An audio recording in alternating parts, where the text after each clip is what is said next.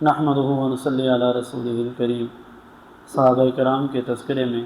آج حضرت طفیل بن عامر دوسی رضی اللہ تعالیٰ عنہ کے واقعے کا قبول اسلام کا تذکرہ ہوگا انشاءاللہ۔ حضرت طفیل بن عامر رضی اللہ تعالیٰ عنہ یہ زمانہ جاہلیت میں اپنے قبیلہ دوس کے سردار تھے، اور عرب کے قبائل کے قابل ذکر، شریف اور گنے چنے بہادروں میں ان کا شمار ہوتا تھا،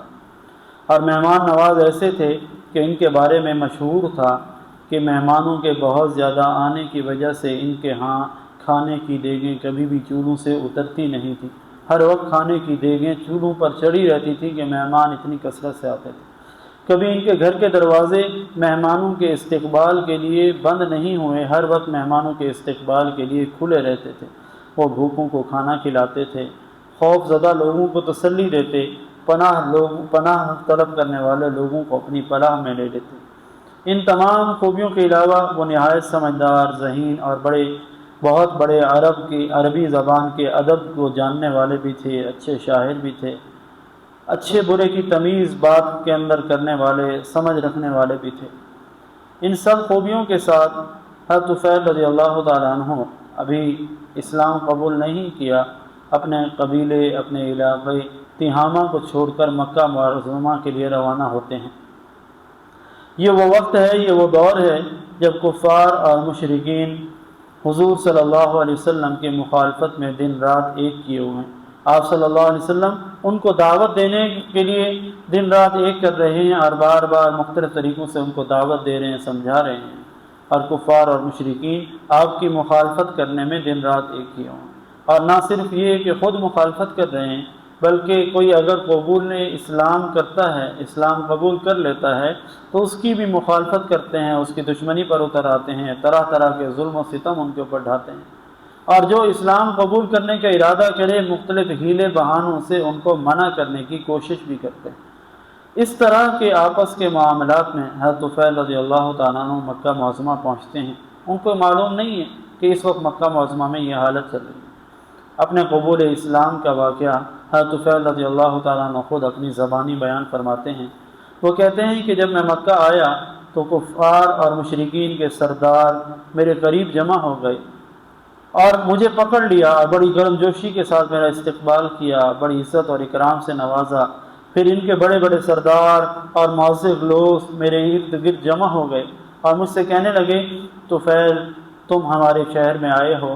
ہمارے شہر میں ایک ایسا آدمی ہے جو اپنے آپ کو نبی کہتا ہے، اس نے ہمارا سارا معاملہ خراب کر دیا، اس نے ہم میں پھوٹ ڈال دی ہے اور ہمیں گروہوں میں تقسیم کر دیا۔ ہم لوگوں کو اس بات کا اندیشہ ہے کہ جو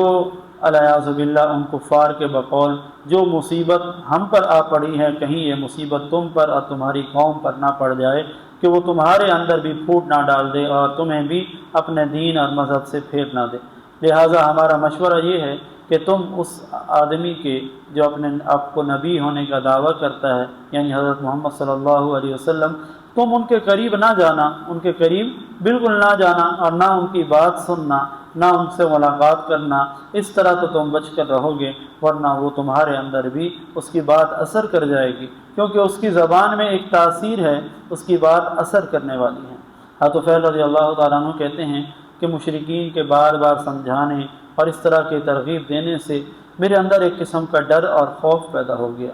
اور میں نے اتنا ڈر گیا کہ میں نے اپنے کانوں میں روئی ٹھونس لی کہ کہیں غلطی سے بھی میرے کانوں میں اللہ کے نبی کی، حضرت محمد صلی اللہ علیہ وسلم کی آواز نہ پہنچ جائے۔ میں نے اپنے کانوں میں روئی ٹھونسی اور میں بیت اللہ خانہ کعبہ کا طواف کرنے کے لیے وہاں پر چلا گیا، اور چونکہ اس وقت کے اعتبار سے وہ مشرک تھے تو حضرت طفیل فرماتے ہیں کہ میں خانہ کعبہ کا طواف کرنے کے لیے اور خانہ کعبہ کے ارد گرد رکھے گئے بتوں سے برکت حاصل کرنے کے لیے وہاں چلا گیا، مسجد حرام میں۔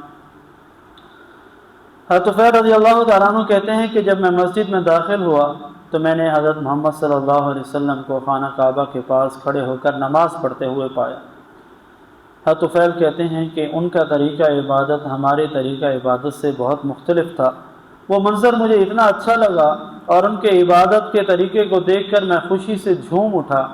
میں بغیر کسی ارادے کے آہستہ آہستہ ان کے قریب ہونے لگا، یہاں تک کہ بالکل ان کے نزدیک ہو گیا، اور شاید اللہ کو بھی یہی منظور تھا کہ آپ صلی اللہ علیہ وسلم سے زبان سے نکلنے والے کچھ الفاظ میرے کانوں تک بھی پہنچے۔ آپ صلی اللہ علیہ وسلم اس وقت قرآن مجید کی کچھ آیات کی تلاوت فرما رہے تھے، میں نے وہ بہترین کلام سنا۔ پھر حضرت طفیل کہتے ہیں کہ جب میں نے قرآن کی کچھ آیات کی تلاوت سنی تو میں نے اپنے دل میں کہا، اے طفیل، تمہاری ماں تمہارے سوگ میں بیٹھ جائے، تمہارے اوپر ہلاکت ہو۔ بڑے افسوس کی بات ہے کہ تم تو سمجھدار اور عقل مند شاعر ہو، تم بات کی اچھائی اور برائی کو سمجھتے ہو، آخر اس شخص کی باتیں سننے میں کیا حرج ہے کہ تم کفار اور مشرکین کی باتوں میں آ کر اپنے کانوں میں روئی ٹھونس کر چل رہے ہو اور ان کی بات ہی نہیں سنتے، ان سے بات ہی نہیں کرتے۔ اگر ان کی باتیں اچھی معلوم ہوں تو قبول کر لینا، اور اگر ان کی باتیں بری ہوں تو انہیں چھوڑ دینا۔ یہ سوچ کر حضرت طفیل فرماتے ہیں میں وہیں رک گیا۔ آپ صلی اللہ علیہ وسلم نماز سے فارغ ہو کر اپنے گھر لوٹے تو میں بھی پیچھے پیچھے چل لیا۔ آپ صلی اللہ علیہ وسلم گھر میں داخل ہوئے تو میں بھی آپ کے پیچھے چلتے ہوئے آپ کے گھر میں داخل ہو گیا،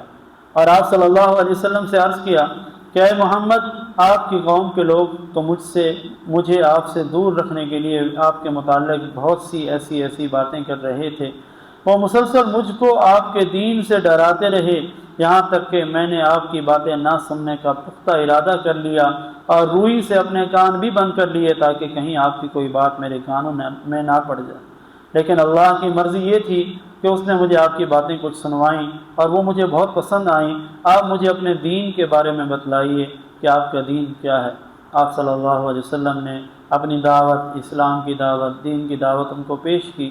اور پھر حضرت طفیل فرماتے ہیں کہ آپ صلی اللہ علیہ وسلم نے مجھے 2 صورتیں سورہ اخلاص اور سورہ فلق پڑھ کر سنائیں۔ اللہ کی قسم، حضرت طفیل فرماتے ہیں اس سے بہتر میں نے کوئی کلام اپنی زندگی میں نہیں سنا، اور اس سے بڑھ کر کوئی انصاف والی بات میں نے نہیں سنی تھی۔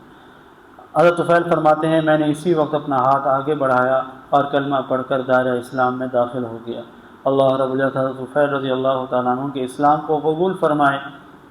اور اسلام لا کر انہوں نے دین کی کیا خدمات کی، دین کے اندر کیا کیا ان کی قربانیاں ہوئیں۔ انشاءاللہ اس واقعے کے دوسرے حصے میں ہم ان کی قربانیوں کا تذکرہ کریں گے۔ اللہ رب العزت ہم سب کو صحابہ کے نقش قدم پر چلنے کی توفیق عطا فرمائے۔ وآخر دعوانا الحمدللہ رب العالمین۔